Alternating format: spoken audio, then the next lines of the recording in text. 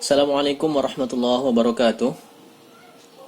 Alhamdulillah pada kesempatan kali ini kita bisa melanjutkan kegiatan belajar kita secara online dari rumah kalian masing-masing. Untuk itu Bapak mencoba membuat video singkat pembelajaran supaya belajar kalian di rumah lebih fokus dan tentunya materi yang diberikan juga lebih mudah untuk dipahami. Dan Bapak juga berharap melalui video ini kegiatan belajar kalian juga menjadi tidak membosankan dan juga kita bisa bertatap muka secara langsung walaupun hanya melalui video, karena sudah hampir kurang lebih 2 pekan kita tidak bertatap muka di kelas atau di sekolah kita. Bapak juga berharap keadaan kalian semuanya di rumah dalam keadaan yang baik dan semuanya dalam keadaan sehat. Tetap fokus, konsentrasi, belajar di rumah. Jangan lupa tugas-tugas dari sekolah, kegiatan-kegiatan sekolah yang biasa dilakukan. Sholat duha, sholat 5 waktu jangan tinggal, dan juga tetap murojaah di rumah. Langsung saja, kali ini kita akan membahas materi tentang fabel, ya.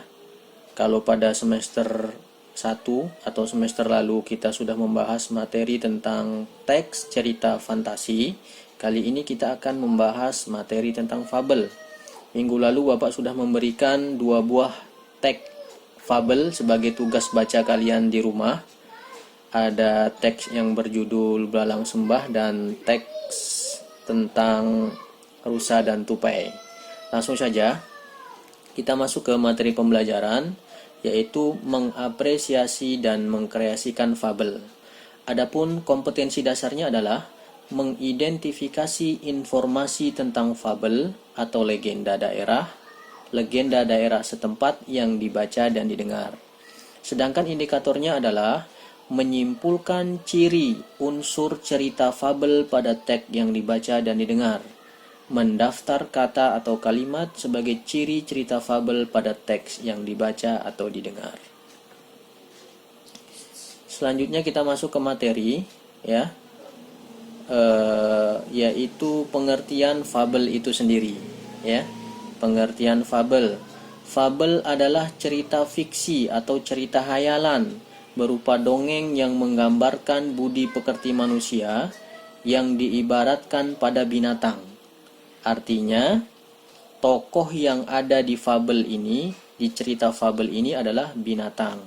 Karakter binatang dalam cerita fabel dianggap mewakili karakter manusia dan diceritakan mampu bertindak seperti manusia tetapi tidak menghilangkan karakter binatangnya.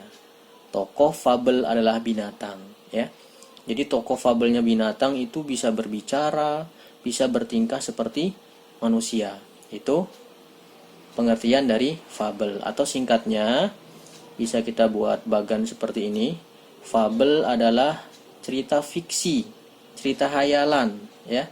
Sama dengan cerita fantasi kalau semester yang lalu, ya.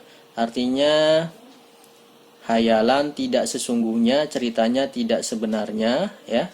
Kemudian kalau dalam fabel tokohnya adalah hewan atau binatang, ya. Bercerita tentang hewan atau binatang. Kemudian fabel juga biasanya di dalamnya ada amanat atau ada pesan dari penulis yang ingin disampaikan kepada pembaca. Pesan apa dalam cerita fabel itu? Artinya ada amanatnya. Itu pengertian dari fabel. Selanjutnya adalah ciri-ciri fabel itu sendiri, ya. Yang pertama tentunya fabel mengambil tokoh para binatang. Sudah jelas, ya. Karena fabel adalah cerita tentang binatang, artinya tokohnya binatang. Kemudian watak para binatang digambarkan ada yang baik dan ada yang buruk seperti manusia, ya. Itu ciri yang kedua. Lalu ciri yang ketiga adalah tokoh para binatang bisa berbicara seperti manusia. Kemudian ciri selanjutnya, cerita memiliki rangkaian peristiwa yang menunjukkan kejadian sebab akibat. Rangkaian sebab akibat diurutkan dari awal sampai akhir. Artinya ada urutan ceritanya, runtut ceritanya. Sama seperti yang semester lalu kita bahas cerita fantasi, ada rangkaian peristiwanya. Kemudian ciri selanjutnya, fabel menggunakan latar alam, hutan, sungai, kolam, dan lain-lain ya. Fabel ini dalam ceritanya menggunakan latar alam. Latar ini sama dengan tempat ya. Bisa bercerita tentang hewan yang ada di hutan, di sungai, di kolam, di pegunungan mungkin, dan lain sebagainya. Kemudian ciri selanjutnya, ciri bahasa yang digunakan. Yang pertama menggunakan kalimat naratif atau kalimat peristiwa. Ya, kemudian yang kedua kalimat langsung yang berupa dialog para tokoh, antar tokoh satu dengan tokoh yang lainnya, ada dialog ciri bahasanya. Kemudian ciri selanjutnya dari ciri bahasanya adalah menggunakan kata sehari-hari dalam situasi tidak formal, bahasa percakapan ya. Itu ciri-ciri bahasa fabel. Kita lanjut kepada unsur yang membentuk sebuah fabel. Unsur-unsurnya adalah yang pertama ada tokoh, pemainnya ya. Pemain atau sama dengan orang yang ada dalam cerita, yang menjadi pelaku dalam cerita. Dalam tokoh ini bisa ada tokoh protagonis ya, antagonis, tokoh yang baik, tokoh yang jahat, ada tokoh utama dan ada tokoh pembantu. Kemudian unsur yang kedua, ciri tokoh utama adalah sering dibicarakan, sering muncul dan menjadi pusat cerita. Ini kalau dia disebut dengan tokoh utama, sering muncul ya, sering dibicarakan, sering hadir dalam cerita. Kemudian penokohannya. Penokohannya ini pemberian karakter pada tokoh. Karakter bisa bersifat protagonis yang disukai atau yang baik, atau tokoh antagonis yang tidak disukai. Ini dari segi penokohannya, ada yang baik dan ada yang jahat ya.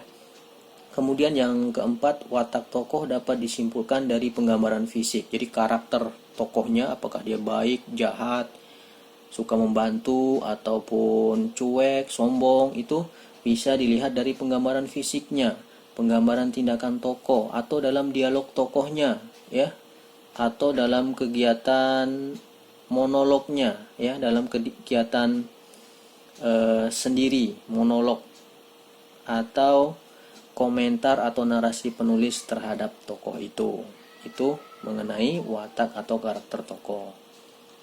Kemudian unsur yang selanjutnya adalah setting atau latar ya. Setting itu sama dengan tempat dan waktu kejadian. Artinya dalam cerita itu pasti ada tempatnya. Di manakah tempat itu diceritakan, kejadian itu terjadi kapan, waktunya kapan, pagi, siang atau sore, tempatnya di mana. Itu biasanya dalam cerita ada setting atau latarnya. Ada 3 jenis latar dijelaskan di sini, yaitu latar tempat ya, seperti tadi di hutan, di gunung, di sungai. Latar waktu. Latar waktu misalnya pagi, siang atau sore, dan latar sosial. Keadaannya bagaimana? Menyedihkan, menyengsarakan, mencekam misalnya. Itu latar sosial. Kemudian yang keenam adalah unsurnya, tema. Ada temanya. Dalam fabel itu dia memiliki tema cerita. Tema di sini gagasan yang mendasari cerita. Tema dapat ditemukan dari kalimat kunci yang diungkapkan tokoh. Nah, ini. Atau penyimpulan keseluruhan peristiwa sebab akibat pada cerita. Jadi, setelah kalian membaca teks, setelah kalian membaca cerita fabel, itu nanti kalian bisa menyimpulkan tema apa dari teks atau cerita fabel yang kalian baca. Kemudian selanjutnya ada amanat. Nah, ini amanat adalah pesan yang disampaikan penulis secara tidak langsung. Amanat disimpulkan dari sikap penulis terhadap permasalahan yang diangkat pada cerita. Sama dengan cerita fantasi sebelumnya, teks cerita fantasi sebelumnya ada amanatnya, ada pesan. Kira-kira setelah kalian membaca teks itu pesan apa yang dapat kalian ambil? Ya, apakah pesan agar kita harus selalu tolong-menolong, harus berperilaku baik, ya, harus ramah dengan orang lain dan lain sebagainya. Itu adalah contoh dari amanat atau pesan. Demikian materi singkat fabel. Mudah-mudahan materi singkat ini juga bisa dipahami. Dan terakhir, nanti ada kegiatan evaluasi. Pada kegiatan evaluasi, Bapak sudah menyiapkan lembar kerja. pada 2 teks fabel yang lalu yang telah Bapak tugaskan untuk dibaca di rumah. Nah, nanti di lembar kerja itu kalian menentukan unsur-unsur unsur fabel itu ya. Mulai dari tokohnya siapa saja, kemudian latar atau settingnya di mana, kemudian amanatnya seperti apa, watak tokohnya seperti apa, itu pada bagian kegiatan evaluasi. Mudah-mudahan video singkat ini bisa membantu kalian dalam mengerjakan tugas lembar kerja selanjutnya, dan semoga kalian juga bisa fokus konsentrasi mengerjakan tugasnya. Sekali lagi, demikian. Mudah-mudahan bermanfaat. Selamat bekerja dan belajar di rumah. Terima kasih. Assalamualaikum warahmatullahi wabarakatuh.